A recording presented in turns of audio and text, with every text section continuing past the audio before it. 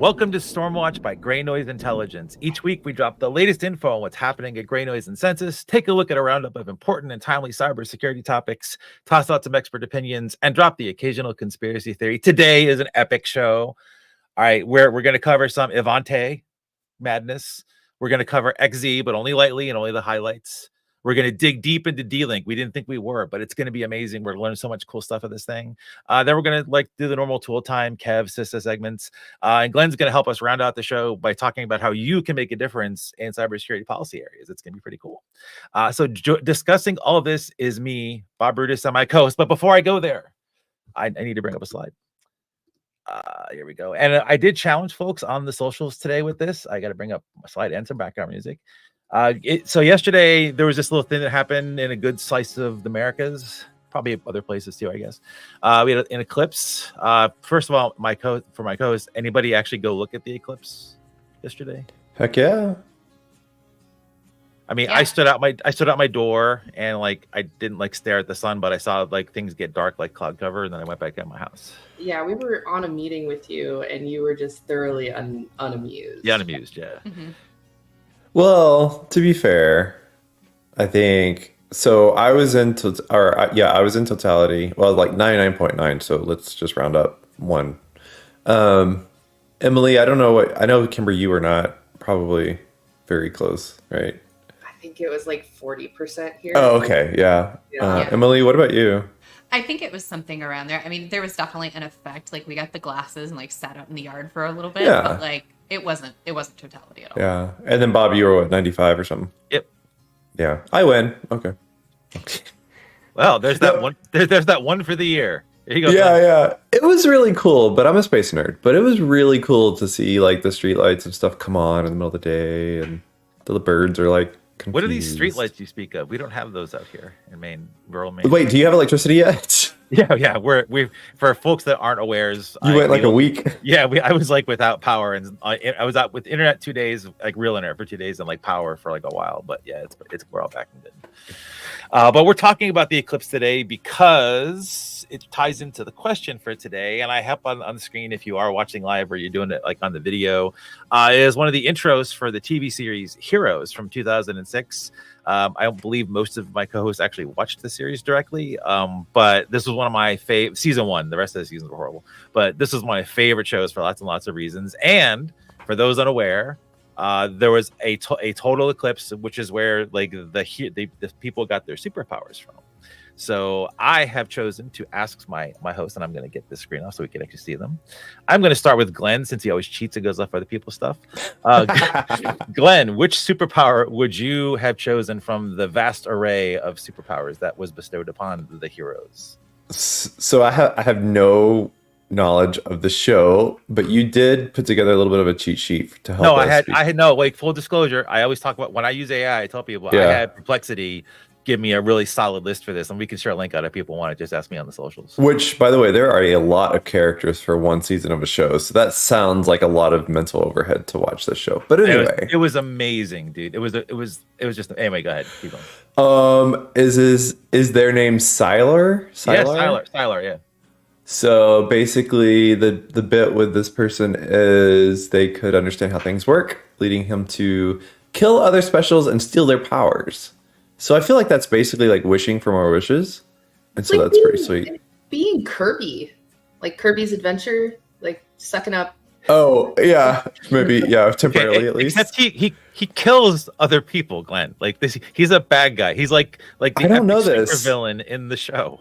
I don't know this. It I says just he know killed them in the description from Perplexity. Well, it doesn't say they kill good people. Yes, he kills all. Oh my gosh! But I don't know that. You want to be a bad guy? I can't believe this. Where's the cheat sheet? I didn't get the cheat sheet. You got the cheat sheet. You totally got the cheat sheet. I got the cheat sheet. Oh no! Hang on, I'm gonna put it in the show drop here. Wow, where the shows are. This is chaos already. Chaos already. This is great. I love it. There we go. There's the cheat sheet right there for everybody. Anyway, yeah. Wow. So basically, I felt like it was wishing for more wishes. So it feels unlimited. So I liked it. Man, Glenn wants. I now have a wannabe supervillain as a minion. This is great. While Kimber is reading through all of the character sheets out there, Emily, you apparently did skim through this yesterday. The link that I clearly posted in the joint Slack that we all have. And which character did you pick? So I chose Claire immediately. Rapid cellular regeneration, down. Absolutely down. Save the cheerleader, save the world. Does that sound familiar at all to anybody? Yeah. No. Yeah. See, that's from the show. I mean, it sounds awesome, but I was just like selfishly like I would love to be able to do that, like regenerate. Oh, you know, like, I can understand right now why you'd want that. Actually, yep, absolutely, hands down. Okay, no I question. totally get that. Yep. I also feel like I remember in the show this is like how they referred to all the powers was just like overly scientific, where like rapid cellular regeneration, like who calls it that? That is so fancy. Anyways, Kimber, what would you pick? You know, I'm gonna go with cryokinesis. Ooh. That just sounds pretty cool. Like, I don't know what I would do with freezing people, but so Kimber's Killer Frost. Kimber wants to be Killer Frost. This is so cool. That's a comic villain, but yeah. Sounds like all these heroes have been stolen from a previous. There's only so many. Well, a lot of things are stolen from like ancient, mythical things too, Glenn. There's a whole tradition of bringing this through, and you should read a book maybe once in a while. But before I get to the Overwatch, before I get to the Overwatch, the Misfits was a better version of this show. Sorry, in the comments. So I'm actually making our commenter talk before the Overwatch because someone should be wearing something right now watching this, and I hope you are anyway. And so Mr. Meat Popsicle, please type your thing so we can post it up because I need to know who you would have picked from or what powers you would have picked from the show. As Todd does that, Ashley, what powers did you want? So didn't watch the show, but I looked at the powers. Oh, Hero, yeah. Like so Hero Nakamura, like spend space time, teleport, time travel. Can totally see that. Todd still hasn't like bothered to type anything. Thanks for that, Todd. I don't know if this can be a surprise to anybody, but there's a little kid on the show. He's actually the daughter of the son of Nikki Sanders, who's also a superhuman in the show. He could actually communicate, control anything like electronic. Could just totally do it complete. And I was really hoping yesterday, like with the eclipse, that I could have had that. That'd have been great. I would have loved. Maybe if you went outside and looked at it, you could have. I did go outside. I did mention that I went outside. All right, let's get went outside. And then, Yeah, I mean it was cloud cover. It's all right. Yeah. You didn't even get any joy out of like just people being people outside. Whoa, wait, you're in Maine. So yeah, I'm like, I mean, there were cows being cows outside that I saw. I didn't really see people being people where I am. So that's the thing. Fair. So yeah, that is a thing. So we are going to start the show officially now, and we are going to kick it off. Oh, before that, mash all the buttons, people. Like, subscribe, comment. Apparently this does do things in the algorithms out there, so it'd be great if you were to go do that. We actually have seen a few bump ups in some of those things, so I appreciate the folks that have actually gone and done that. And this is the weirdest thing. I could not believe this, and like I know they have other things to do, like patching. And like releasing patches and like dealing with TVs. Like they couldn't get it right on, April Fool's Day. It was a good effort. So I got to do the thing. Every week. I tried to find one every week. So some folks may have seen this, but Ivanti has promised. I heard they're a French company now, so they have the Utah French company. They have promised. They have pinky sweared that we are gonna give a damn. Like they actually have. It's pretty adorable. And like for people that aren't aware of what happened, there was most recently another like Ivanti thing, and there's a great rapid response blog by the census team on this one. They have a rapid response blog. If you go to their blog, never shows up on the front page, but if you go to the search bar, which is also really hard to find, Emily, you can type rapid response, and then you'll see all of these. And they do this isn't not pot calling kettle black, because like try to find our stuff sometimes. But anyway, you should go there because lots of great details, like real good details that you can, like real legitimate details. Oh. Did we lose Bob? Oh man. was on This my is side. amazing. Wow. I totally thought that was me. I did It's too. unexpected. I'm over here losing my shit about the fact that I spend a lot of my time literally down the road from Ivanti headquarters in Utah. You know, I've thought about that, right? Because while we wait for Bob to maybe like come back to life, how many, like, I don't know. I was about to ask a really dumb question, which is how many tech companies are headquarters in Utah? But it's actually A lot. a lot. Well, Yeah, Salt Lake City's had a moment, so that's not really a good question. yeah, and we actually have this whole thing here called the Silicon Slopes. And when you go in that area, it actually feels a lot like Silicon Valley. It's really strange. Oh, nice. But That's so interesting. Like, what's the thought behind why it's like? Are there like tax incentives or other reasons? I'm not entirely sure about the tax incentive part, but I think it's like the California escapism. Like you get a big contingent of people that, I don't know, just kind of want to get out of the Bay Area, and the next big city over is Salt Lake. So we have a whole bunch of companies here. It's really interesting. Wow, that was so freaky. My entire house blinked 7 times and shut off. Wow, maybe your superpowers are coming. I'll take them. I will take them. Wow, like that, and that really ruined everything out here, didn't it? Holy cow! Sorry, we were just talking about how close Kimber is to Avanti headquarters. Yeah. You are? Seriously? Oh yeah, I spend a bunch of my time like literally 2 miles away from them. Wow. I mean, they could use your help. They really could. I'll go give them a high five. Be like, All right. So apparently Todd wants the shocking power too. That's good. All right, that's cool. So they're not French. They're simply Incompetent. Utah. Oh wow. So they've got a great blog up on this. The whole deal here is, and like I am not going to ask anyone in the comments to confirm or deny, because they can't do it anyway if they were. But you might recall, like, this caused major problems for like a lot of companies and the U.S. government. Like the U.S. government kind of got hacked because of Ivanti. So I'm guessing that's a little reason for their renewed commitment to giving a damn about actually securing the thing that's supposed to secure your enterprise that's out there. I should also point out that we had a really weird, like, full court Monty press of all of our Ivanti tags like the other day here. So people still care about these things. This is not great. So I really do hope they're sincere about like doing all the cool things. You should read up on what they said they're going to do.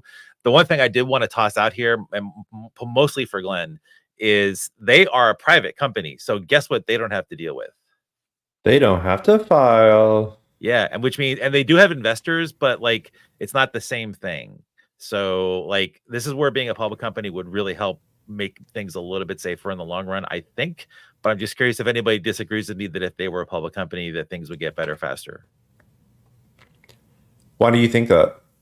Because they like, so if the CEO comes out and says we're actually gonna do our job for a change, and they do these, and they do implement these, and they say we're gonna do these 4 big initiatives publicly, that's a thing that investors are going to use to judge whether they should still care about the stock and invest in the stock.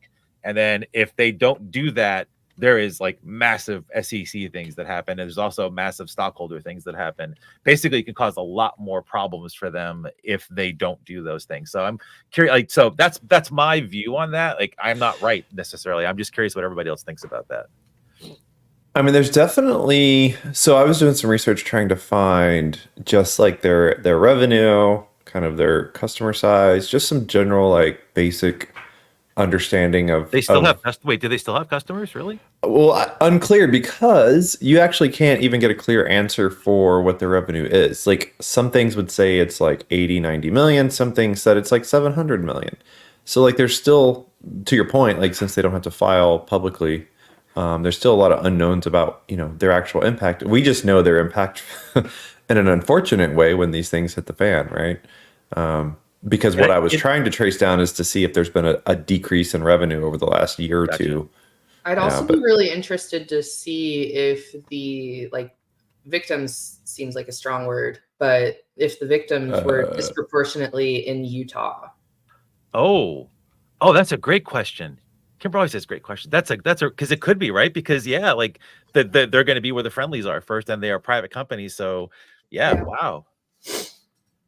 The one thing I was going to say, like, so Glenn, cool research, and Emily, it looks like it's hard to count money as well as number of D-Links on the internet. So it's going to be interesting to talk about that later. Yeah, so Counting is hard. Counting can be hard. I mean, that's why it's an entire science. Data science is in essence just counting and dividing properly, ultimately, when it comes down to it. So, all right, we are going to move on to some real things. And our cyber site chat today is about XZ. And we were going to do a longer thing on this, but honestly, Kimber was like, hasn't this been beaten to death like a billion times by a billion people? And the answer is yes.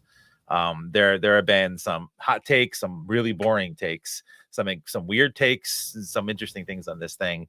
But I just wanted to start the discussion off with this man is a hero. Like, we talk about heroes today. This man, Andres, is an absolute hero for being obsessive compulsive, needing to do performance testing and caring about 500 milliseconds when almost nobody else on the planet would. Saved all of us from who knows what. This could have been cascaded. This could have been terrible. For everyone that doesn't know about XZ, the TLDR, everyone hit me if I'm wrong in anything here. There was a long tail hack by someone getting access to the source code, being able to contribute source code into the XZ project, because they somehow figured out back in the day that a bunch of SSH, open SSH distributions in Linux environments and Linux distributions actually use this in there so they can integrate with a bunch of other things that no one but 3 companies use. So they did that. And the whole thing on this one for this particular thing was to get this into open SSH onto a bunch of systems so they could just get into systems via SSH. At least that's what the initial thing was for, and bypass all the things and have access to like whatever had been updated with this. And because this one man found this and reported it and talked about it, we're safe for this thing for now, for this particular project. Before we actually talk about this, because I want to get everyone else's takes on this here. I was really heartened to see that there is at least a stub page for him in Wikipedia. I am not a Wikipedia editor. It links to the XZ utils backdoor article. This is not right.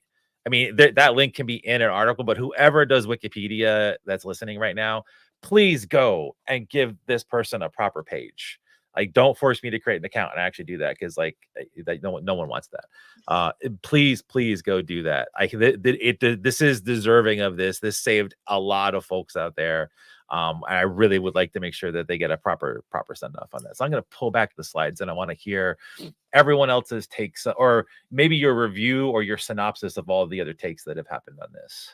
Well, I think the way you're talking about this guy just right now actually sums it up for me. It's very interesting to think about that this was an act of heroics that somebody stumbled upon. And that's very interesting to me. Just the way that we're talking about this is like, we're making this guy a actual like hero. And he's going to be in the like cybersecurity lexicon for this. And I think that's interesting that our like storyline has kind of cybersecurity, the cybersecurity canon has evolved to have heroes now, not just villains. Ooh. Tying it all together. I mean, I don't know that there's been, Log4j was a good example. Like, it was fun, but I don't know that there was a better example of the XKCD comic of, like all this infrastructure being held up by a single little, toothpick or whatever. Like, thinking of the amount of these critical functions that orgs rely on to make their billions a day or billions a year, whatever, well, or a day, that is held up by some, small repository of open source project. And then, a small change is made over time. And then some random person, like you said, who is just doing their job, like really, really, really well, stumbles into this thing. And so it's really, it reignites the whole like open source security debate, and, having these massive products that depend on the goodwill and the trust of random people that, no one knows, etc. So it is interesting. And the other interesting thing is, and Emily, if you want to expand on it, like, we had a conversation about how it's been interesting, the response to this, how the person or the login that made these changes, the nefarious changes, folks have been really analyzing a lot of the previous commits in a way that's almost trying to excuse it, like looking at the behavior, looking at the timing, and it feels like, I mean, I haven't read anything that says, whether it was or was not this person, whether it was an account takeover, et cetera. But it feels like the community on this incident has been striving to find a reason that this isn't what it appears. Like, how could this trusted maintainer over several years do this to us? Maybe, looking for reasons to point to his the account being taken over, which is valid, right? Like, that's good investigation, that's due diligence, etc. But it just feels like it's more top of mind and urgent in this case to excuse it than it is normally. And so it's just kind of interesting. It's just an interesting approach on this one. Yeah, it's funny that you say that folks are looking for a reason to kind of like excuse the behavior or say, oh, this was an ATO or something. Because I actually, for whatever reason, hadn't even like put those pieces together, because my kind of understanding or like narrative that I like cobbled together in my head, I guess, is that this was an account created solely to do this. Like, this is what this existed for. And then if you look, Brian Krebs and some others did some like OSINT on the email addresses. Like, you if you want to see if an email address is real, you go look through data dumps, you look through breaches to see if it's in there. It's like someone actually using this email address. It's not found in many of the, or any of the breaches that he looked at. I did a little digging, not that I think I was going to do a better job than he did, but it doesn't show up anywhere. And that's often a very big red flag that this maybe is an account that was created solely for the purpose of like being tied to this particular activity. So it's like decent OPSEC.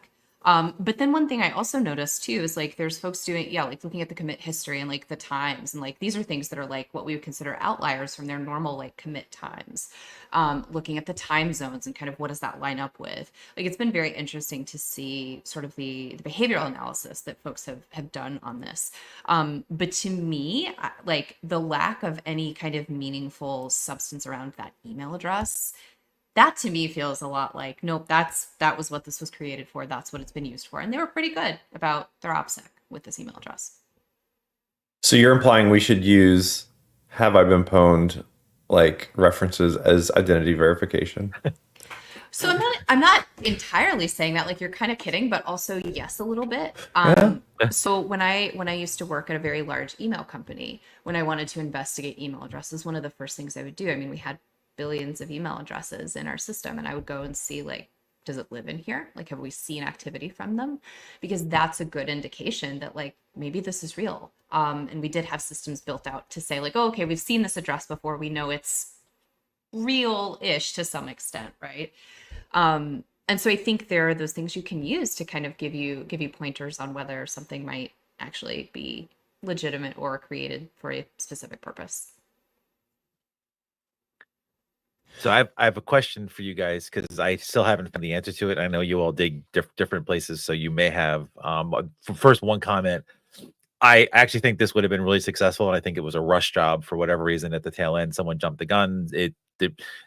Everything was set up too well, and something occurred at the end that just made this thing not be as good as it could have been. I mean, it's terrible, but I'm actually a little sad that it wasn't, because this could have been like the most epic cool hack ever if it was. Sorry, I'm saying nice things about bad guys people. But the second one is, what purpose did Microsoft? I'm going to stop saying GitHub. What purpose did Microsoft have and yanking the repo down? Like, all that did was stop anybody else from doing research on that thing. Like, I got hacky access to something else that had the data in it, whatever. But like, why did they do that? I don't understand this, and I have not found a good reason for it. Did anyone else come across it as you were poking at this? And this includes everyone that's listening right now. I'm just curious, because I haven't found it. I mean, my instinct brain is, if something bad happened, pull cord. So like, that's the wire cutter. That's really how simple it is. I mean, you just kind of get into this reactive mindset of like, a bad thing is happening. I don't want it to spread any farther. So I'm going to remove the access to it. So like, poor Susie can't commit code now. That's great. No house and can't commit code. This is always great. Susie. Yeah. I mean, so Bob, like, I get why you don't want the code and stuff to spread, but do you just mean like for the previous Git commits and stuff like that, or like, What were you looking for when you had to go to a Yeah, to a it would have hacking been place? great to be able to pull everything from GitHub instead of trying to piece it together from other places. I know some people, did clones and things like that beforehand, like they were with it enough. But I'm not going to trust someone else's clone because it's a clone. It's not directly from the thing. So I don't get what they accomplished from that. Like no one was going to use that in anything real. All the distros knew not to do. I don't get what they were saving from it. I get I totally get the ripcord thing, Kimber, but why? Like it's not going to do anything. All it did was annoy a bunch of researchers, pretty much. Well, I mean, that's also MO of Microsoft, right? Annoy researchers. Yeah, there is that aspect of just like, oh, now we're the only ones can do research on it. But like, how much do you really want to villainize Microsoft? Like, I think it's kind of your own personal like level of like how evil do you want to make Microsoft? To be a little more altruistic, perhaps the thought was, okay, we don't know the extent of this yet. Like this goes back to the pull cord kind of situation. Like we don't know, like what if there's something else catastrophic in here that we haven't found yet? We need to make sure that that's not the case. Oh, although, like they might have checked some Azure keys into there by mistake when they were doing. I'm sorry. Yeah. I mean, so like that's why I asked the question, right, to Bob. Like I agree it hindered, but also like when you don't know, you're triaging, and I don't necessarily think it's like a bad thing in the triage process. Now, of course, review it and then maybe freeze it from changes or remove the known. I don't know, but I don't think it's like the like a intentionally malicious move. Yeah. Well, I think also like I would much rather. I mean, this is just my personal opinion, obviously, but I would kind of much rather have Microsoft taking a look at everything than 1,000 nerds on the internet like trying to get their hot take in on like their analysis of the code and what happened. Yeah, because then you get the first to pub, and then you get mis or disinformation, and then yeah, ooh, that's foreshadowing for what comes later. Yeah. Today. All right, cool. As promised, I tried to keep this segment to like 7-ish, 8-ish minutes, like my power woes notwithstanding. We're going to dig into a subject that we did not think we were going to have to dig into today because it wasn't a thing until Sunday. And this is wild, everybody. So we have a blog up. It's short, really quick read. So head over to there. You could use the link on here, or you could just go to the blog and find it. I'll walk through in a second, but basically there was a discovery of some weaknesses in D-Link, more weaknesses in D-Link that someone did. We're gonna walk through that, and we actually caught hits on it as well too. So like you can go to GreyNoise and see like what the IP. We're going to show the IP here, so you don't have to go there right now.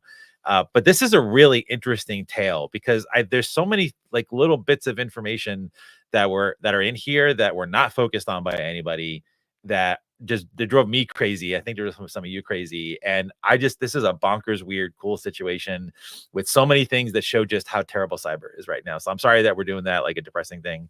But it is pretty bad. So for folks that don't know what this is actually a picture from the D-Link page. Apparently that's what you do. Like you all huddle around the D-Link fire to keep warm. It's a NAS party, Bob. It's a NAS party. It's a NAS party. Yeah. Bring like a slime party. Yeah. What, did you grow up going to LAN parties? You never been to a NAS party? I have only done LAN parties. I'm sorry, I've never really done a NAS party before. Has anyone actually done like a NAS T? Because now we need to do like there's got to be something. Maybe we can get Fortinet to record like a NAS T rap or something like that. That'd be kind of cool. Anyway, so this thing has been like end of life for a while. Not with the way you've talked about them. Not for you anyway. This is true. This has been end of life for a while, but there's an actual act. But I pulled this. You could go there, look for the model numbers. They keep up the pages for the model numbers. They just say end of life on it, but they show all the happy people going around like the NAS fire doing thing. And what's up with the size of that clock in the background of this thing? I don't understand fashion. I also just hate that I like recognize all the IKEA furniture in this ad. The long and the lac table, and that's what my they just literally did this in an IKEA. They probably didn't even like buy the paper lamp and the bamboo, like everything. This the is magazine holders, ad. everything. Actually, it's probably an IKEA ad. They went into IKEA. No, they went into IKEA with their NAS box. Everybody sat around it. I think it's all. Yeah. Oh, they just photoshopped themselves on top. Okay. Yeah. This gets weirder the longer we look at it, honestly. It does, yeah. So we're getting off of this anyway. So this thing has been end of life. Conspiracy brain right here. They did an advisory. And this is not my highlight on the screen if you're watching right now. This is this is D-Link's highlight. They're all the kind of same now. They say this is end of life. Go buy more of our stuff because our stuff is so great. You should buy more of it because we don't fix it. I have no idea why they did. So what couple things bugged me on this one. If you go to the GitHub account of the person that did the submission for this thing, one of the things that I don't understand why has not been like just bombastically shown from every single cyber IT news thingy for whatever. It's not just this particular exploit that lets you do command injection, facilitated by hard code credentials. No one's like, why were there hard coded credentials in a NAS box? Well, how else are you going to reset your password? Just in case. Yeah. Who's going to use them? The developer. The government. Definitely the government. During an eclipse when you're outside staring at the sun. What do you think they're charging the birds for, Bob? Oh, well, yeah, that's true. People should really, the birds aren't really. Oh, yeah, we didn't have conspiracy intro today, Bob. No. Well, because we don't need any today. We're like, well, we need a whole show on that. We just need one whole conspiracy show. And we don't need conspiracies with the incompetence that we're going to be talking about in this particular segment. So yeah. That's how we cope. Yeah. So there's a number on here that I also want to call out. I didn't highlight it because it's multi-selection highlights are just too complex for me. This individual also claims 92,000 devices on the internet. We're going to, I'm going to say, bust that myth during this segment as well too. We're going to talk about how to do like paging through search engines as well on this. Before we do, yeah. Did anyone else read this? Like, because that the 92K was the kind of the headline, really. That was the elevator for the headline. Like, did anyone else just read that and automatically know that there's no way that that's true? Like, I had toothbrush botnet vibes. I was just like 92,000 NAS devices, and these are small devices. They're more meant for like home or small business. Like, I don't know. For whatever reason, that number just seemed grossly high. I was like, there's no way there's 92,000 homes running a NAS. Like, oh, there are. There are. There 100% are. Yep. That seems surprising to me. But still, I feel like that number should raise eyebrows. Yes. Okay, 92. Yeah, or 92,000 end of life. I'm not gonna lie about that. And we're gonna get into. So D-Link is actually one of the better. Well, lately, one of the better orgs when it comes to safer use of this thing called UPnP. We're going to talk about that later as some things that you can proactively do to make sure that you don't become a victim like this in the future. They did do other things that they also stopped, which we're also going to talk about. But I want to talk about like this whole finding of things as well too. So, so this is something that, so Remy, I know you listen to this, and Constantine, I know you listen to this too. Stop working on Sundays, please. Like, you're not supposed to do that. It's not a thing we do. Like, I can't stop you, but you please take time off. Go touch grass. Like, do something besides staring at screens all day. But they weren't, and they were talking to each other and chatting, and I guess Remy was also trying to get ahead of the SIFT bonkers workload that was going to be hitting on Monday, because we had two of our most highest tag days ever in GreyNoise history again for the past 2 days over the weekend. And they caught this. You're seeing a very tiny screenshot that I will be blowing up in a second of SIFT. I know we talk about SIFT every so often. This is our AI enhanced thing that goes and trolls through 3+ million events that like on a daily basis. Can I correct you on that, Bob? Okay, go ahead. It is an LLM, a learning model that takes a look at our payloads and then interprets them using AI. It is so. Bob, well, I am the product manager. Are you going to mansplain me my own feature? I'm the head of data science, so I might, but I'm not gonna do it now. So that's all right. I'm gonna get some popcorn. It's close enough. I don't care. But anyway, so like there's basically this cool machine that does stuff and it spits out cool things. Apparently, like Remy also said, it spit out a ton of bonkers cool things today. So this could be a really weird week for us at GreyNoise.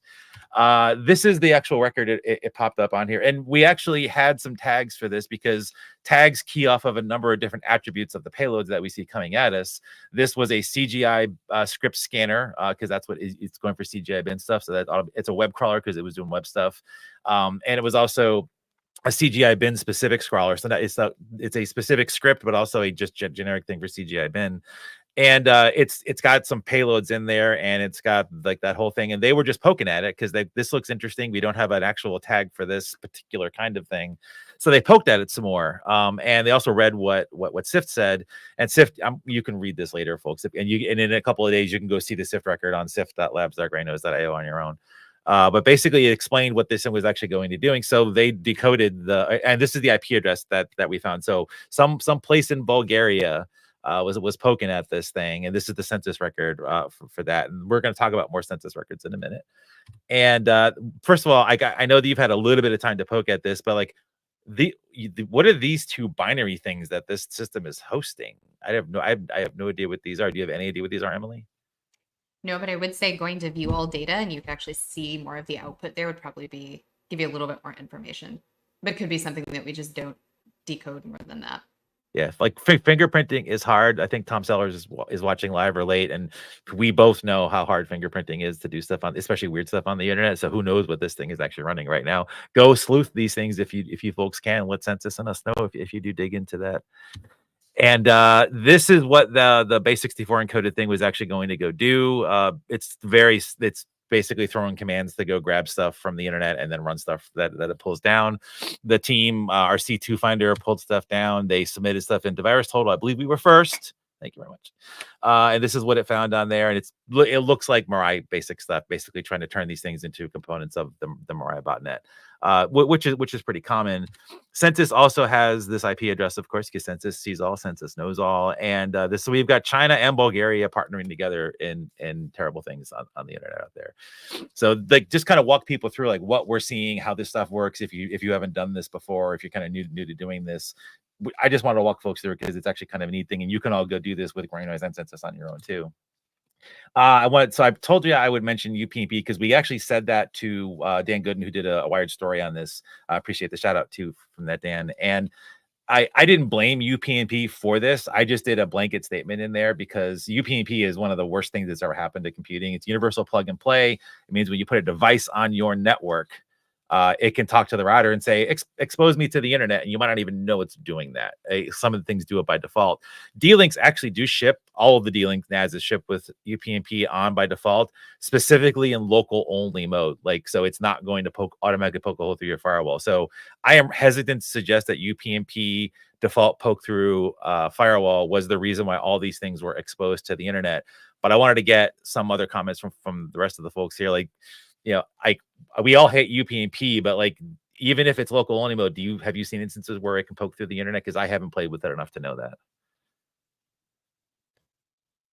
I have not, but I also have just it's like new router thing, like disable UPnP. Like I don't even let it get that far, so I wouldn't personally know. Yeah, it's like the first thing you should do. Yeah. Like the question, repeat the question for my brain. So the D-Link swears, because I don't run any D-Link kit. I never run D-Link kit.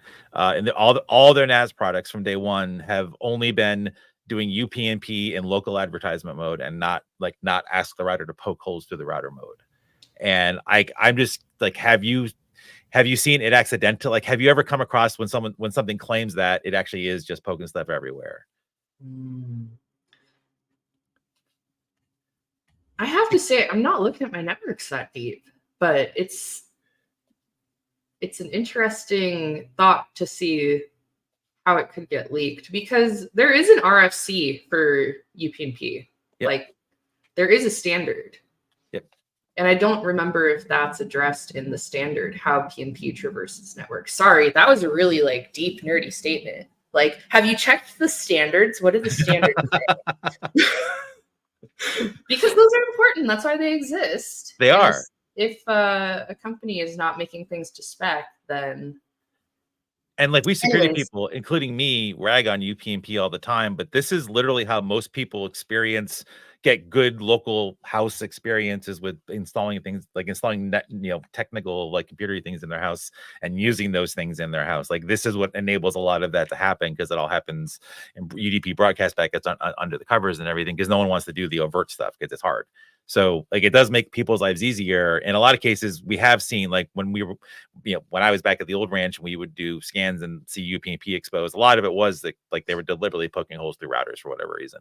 But I don't think this one was doing that. So people should still be, I think they should be wary of UPnP and like maybe at least know what's happening. But I don't think this was the cause of the exposures. It's effectively like a port mapping. Yeah. Right. Yep. This it basically does a whole port NAT rule for you through the firewall. Yeah, and it's basically from an initiative from the 1900s, 1999. So yeah, the intent was back then home routers and stuff were really, really difficult to configure for the average person. So it was like, hey, I got you. You want I don't know what gaming system was around in 1999, but you want it on the internet. And back then, like everything was, you had to open up a hole for it to come in. So it would just be like, I'll do it for you. Don't worry about it. So basically you're adding devices to your internal network and then giving your router permission to let those internal devices open up holes to let external devices in so that your stuff, quote, just works. But then fast forward 25 years, and here we are. Dang. Well, it was proposed by Cisco. That's fun. I didn't know that. And it allows for transparent NAT control in environments where it's used on the LAN side. It was the OG, I got you. That's really interesting. So it doesn't work that way. We are all over the place today. We are. So the reason why I went there though is because like we did get we asked for commentary, put the comment. I don't think this was the cause of it. I do know why a lot of them were on the internet, but before we go for why a lot of them were on the internet, I would like to take a little bit of a dive into the screenshot that was shared, which was also used to make a bunch of claims for the number of these devices that are on the internet, which we just had a brief convo about, which we're going to have a more detailed convo about now. So the screenshots from a really garbage search engine on the internet. And I'm not just saying that because Census is part of the crew here. It's terrible. It's slow. It's horrible. Like it's one of the worst ones on the internet. It just looks cool. That's because it's got neon stuff in it or whatever. Come at me. Search engine people. Just come at me. And the thing about this is like there were some suspect things on here, and I guess like you started with like the number, like what so Glenn, you were like, that's weird, and Emily, you were like, that's weird. Like, so why exactly was that weird to you? Why was that number weird to you? 92,000? Yeah. I don't know. Like 92,000 anything is just kind of a lot, even in something as large as the internet, right? Like that's a lot. I don't know. Like something about it, again, I think I said earlier, it kind of gave me like toothbrush botnet vibes. I was like, there's something about this just doesn't quite feel right, but I don't know what it is. Toothbrush botnet vibes. That's a lexicon thing. We need to start keeping a list of these lexicon things. Yeah. Well, oh, good. Sorry. No, go ahead. Good. I was gonna say, so when you look at the screenshot, this is the screenshot from the repo where the research was published. If you actually look at the numbers at the top, you see 92,000 results, 55,000 unique IP.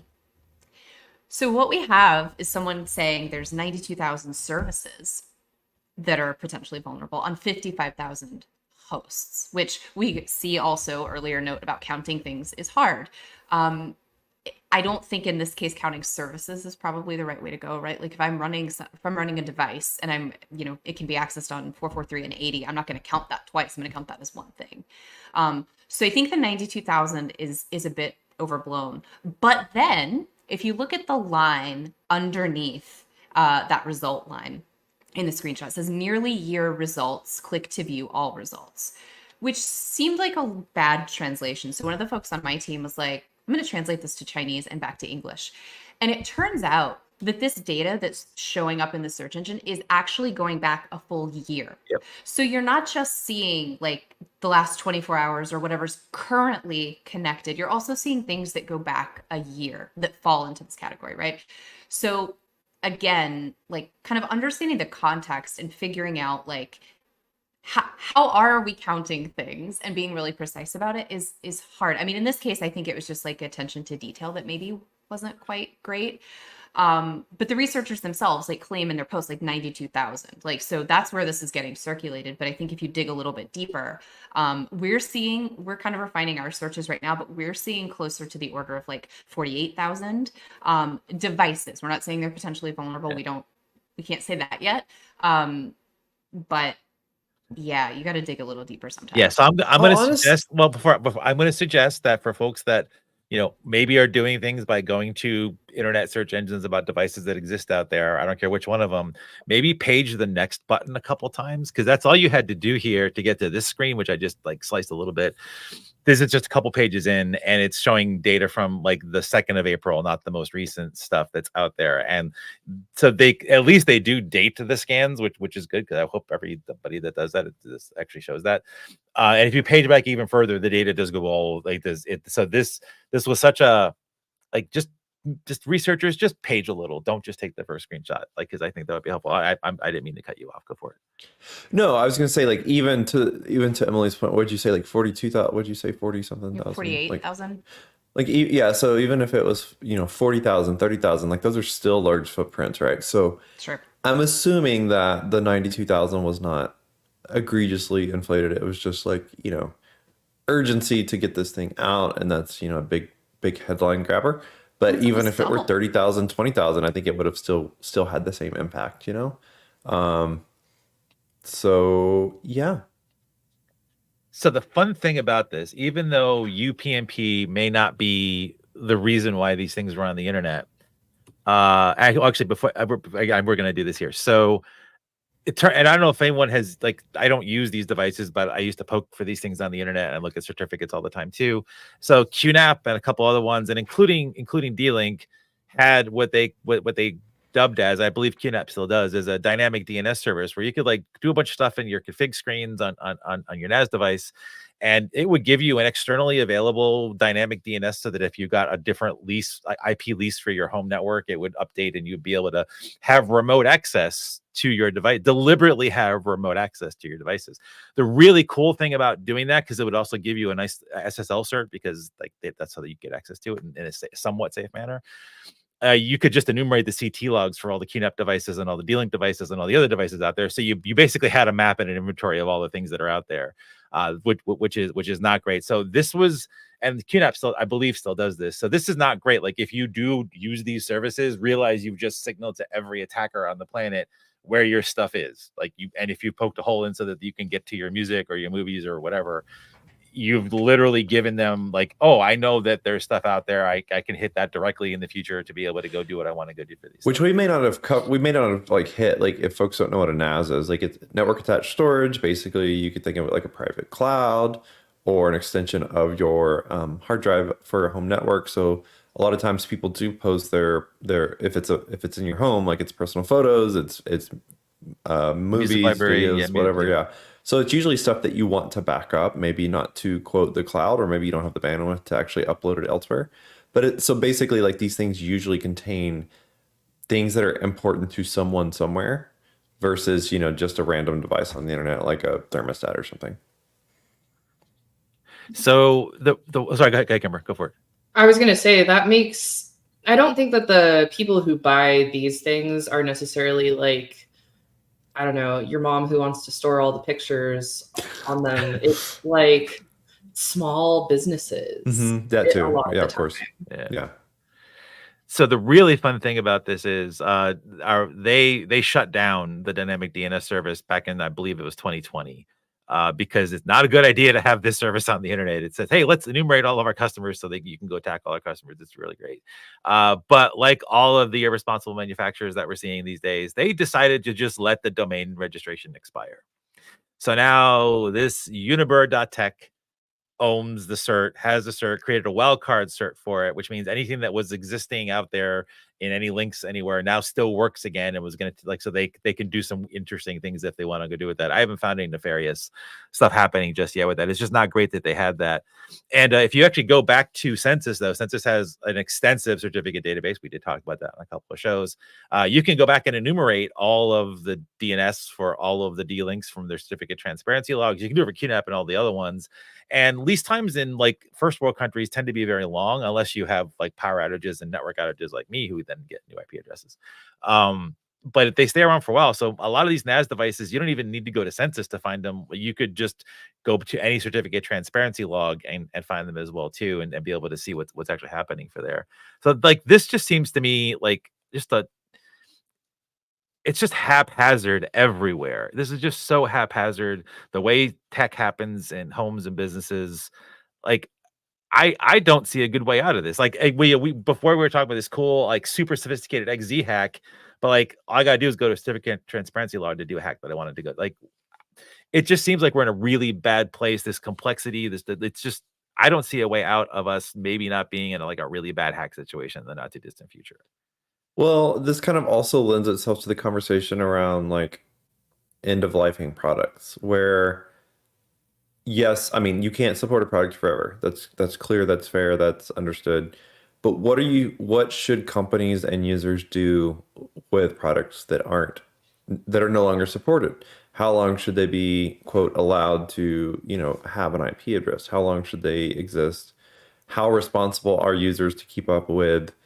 How much of the responsibility is on the user to keep up with if something's end of life and what to do with it? Like when does maybe the blame for when something bad happens shift from bad software coding to the user for not keeping up with something that's end of life? Like there's a whole nother discussion too that kind of tacks onto this, because for the average dentist office or whoever that's running this to store their patient records or their PDF of insurance files, and it's still on, it's in the closet, and it's working, and it's responding to what they ask it, it's just going to run forever until the fans go out and it overheats and they call someone to replace it. Right. And the manufacturer can't even necessarily like do anything to influence that, because that would be malicious. We have all these like conversations around like the whole iPhone conspiracy where I was just thinking that. right. It's a prime like, example with the battery and stuff. Yep. People genuinely believe that Apple is slowing down iOS on their older phones and using the battery more and all of this stuff. I mean, that's like very TLDR, but it would be very interesting to see a world where D-Link actually like murders their own hardware or something. Like, what about Microsoft? Like we were kind of on a random snipe hunt yesterday for an IP, and then it turns out it's running like a end of life server product. Yep.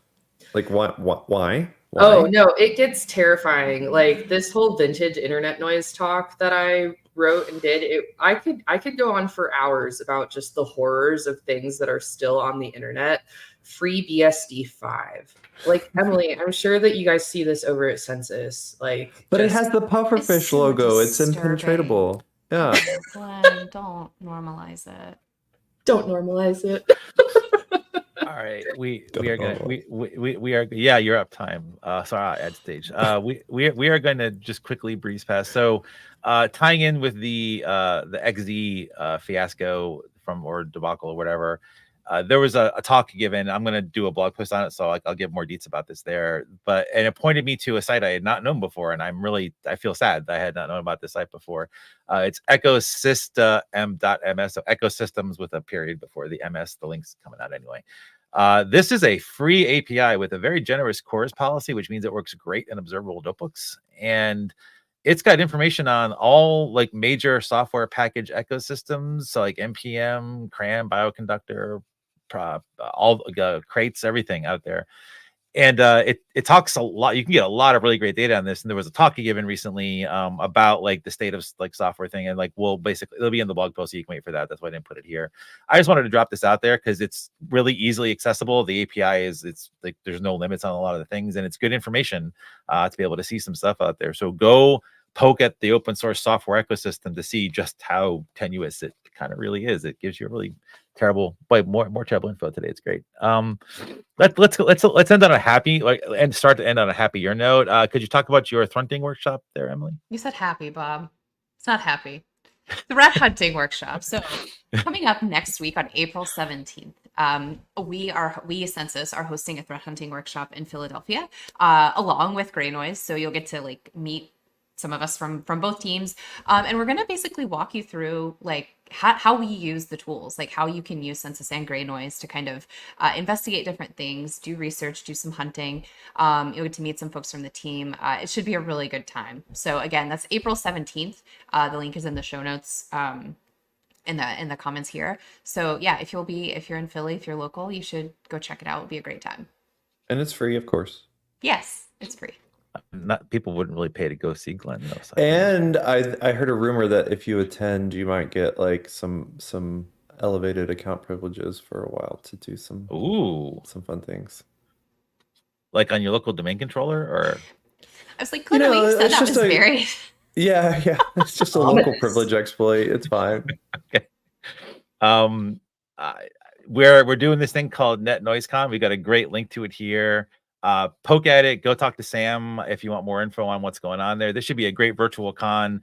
I think people are going to learn a lot if you actually attend this. Please hit this up and go see it. I think we're gonna. I can't wait to be virtually attending this as well too. I kind of only attend things virtually anyway these days, so that's how I'm going to experience most stuff, including this. Also, look at that logo. I know this logo. I kept every time it shows up in Slack. I had to pause for a second. It's so cool. We also a little bit. It may be out now. I don't know. We have joined forces with Microsoft. They have the new Copilot for security. We are now a data source for it. So please go look up all the things associated with that. You can get GreyNoise right in your chat GP security thing, whatever it is. Poke at that. Read the thing. Go for it. Have fun using that. And this tag roundup. I cannot believe this. This is a tag DOS on me this week already. Like, I cannot believe the team. What did you do, Glenn? What are you doing to the poor researchers? Apparently, I'm making them work on Sundays. Yeah, I know. I think, maybe, I was chastising the team instead of you. Maybe I should be chastising you instead. I cannot believe this is just more testament to SIFT. Between SIFT and some other tooling that we put in place over the last several months, it's really elevated our game. So it's pretty awesome.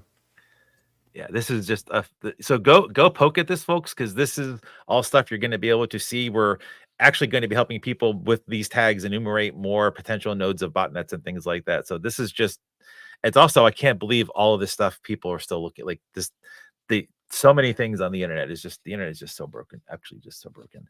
I did want to call out this slide. It's really hard to read. It's not the point of actually reading individual lines was not the point of me putting it here. This is a heat map version of the trends. You can go to the GreyNoise, viz.greynoise.io, hit our trends right now to see these things in less than living color, but more detail, and be able to poke into things and read it and check all the things out. What caught my eye right before coming on the show today is that what's today, Glenn? What is today? In Tuesday? Patch Tuesday. It is Patch Tuesday. I never like it when I see a whole bunch of exchange things being poked at on the internet right before or on Patch Tuesday, and that's what we have seen.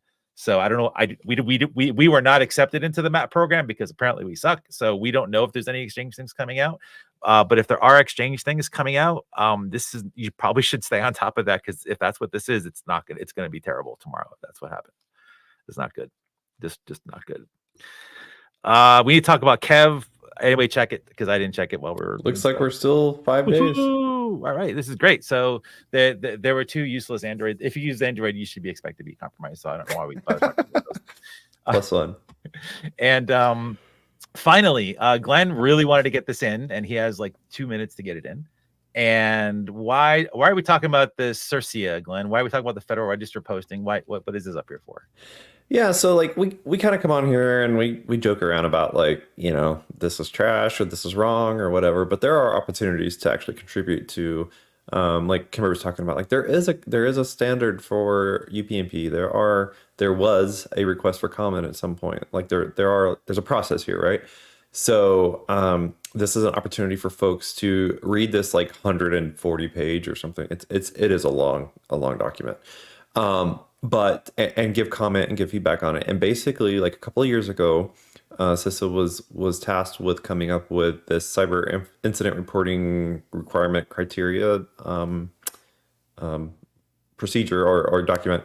And they had a couple of years to get it in, or get the proposal out, which is basically now. So I think they were pretty close to the wire, but I know like you can read it and tell that it's a very detailed document.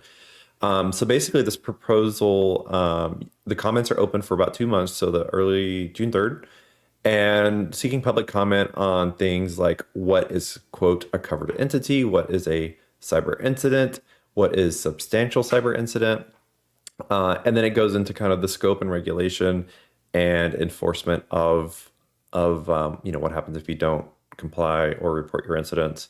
It can escalate into a subpoena and stuff like that. So basically, it's an opportunity for folks to, we're going to complain about whatever the output of this is, like no matter what, in a year or two.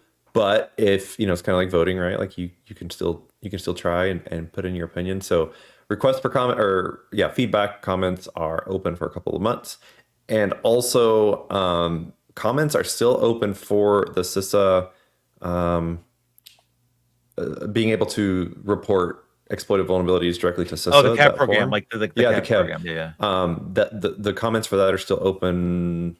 Oh, I hope they're still open. I feel like they close pretty soon, sometime in April, but I think they're still open. So a couple of notes there, but there are ways to steer policy, steer guidance, and be involved in, the next gen of things that we'll complain about. Yeah, and just to explicitly just re-up what he just said, because he said it, but like I want to reinforce you, not your company, not you as part of a research. You can if you want to do it as part of a company. You, cyber professional, I don't care how long you've been in cyber, you can do this. You can contribute to this, and you might contribute something very significant that others might not have thought. It could change the course of how effective this actually is. So definitely get invited. It's a long. Even for me, it was a long document. Like I can read, but like wow, I don't know who they got typing, but they got people typing. Humble flex, Bob. I can read. Yeah, I mean, I can. Sometimes, but like it's huge. So try to get through it. Like you can have your GPT summarize it if you want. I don't know, but like if you have an opinion, like a good solid opinion, please share it because you could change things by just doing that. So please get out there. Participation. It's the only way that you can change things. Yeah. Be the change you want to see. A quick note about the Kev thing. Public comments apparently close on April 29th, so you still rush. Okay, Oh, thank you. Thank you for that. Emily. Our official co-host over there. You got 20 days. Let's get going. All right, so that's it for today's show. I want to thank Emily. Thank you. Glenn, thank you. Kimber, thank you for being here. Thank you for making time. We're scared. But the conversation does not end here. Okay, I have to be honest, like I have been every time I use AI. I do tell you folks, this is me taking 5 really bad AI closing show things and trying to make it into one not horrible thing. It's really bad. You should read the other one. In my bones. Yeah, the you should read. Doesn't end here. Yeah, I know. You should read. Like I put in our private channel. I post. You guys can read all the bad one. Like so, this is as good as it gets. I'll come up with one more original later. But make sure to share your thoughts and questions with us on your fave social media platform of choice. You can go to stormwatch.ing. You can see all the places you can get in touch with us, and we do our best to respond. And even if we don't see it right away, there's some amazing folks like Jordan on our team who like make sure we actually have a comment. So there are people that will task us to do those things. Your insights, and this is true, they do make us stronger. The show is better because of your contributions. So please keep doing that. And so thank you everyone for joining Stormwatch today. And this is really painful. Safe surfing, and we'll connect again soon. Oof. Take care, everybody.